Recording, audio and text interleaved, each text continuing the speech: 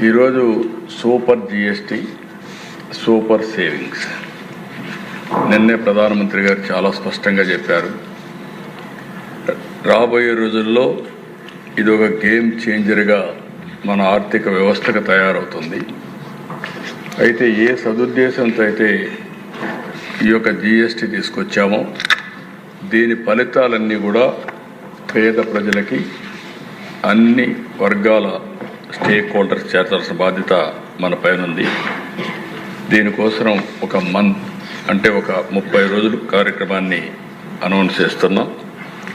మొన్న ఈ ప్రభుత్వం ఏదైతే నలుగురితో ఒక కమిటీ కూడా దీన్ని అమలు చేయడానికి ఒక కమిటీ వేసాం.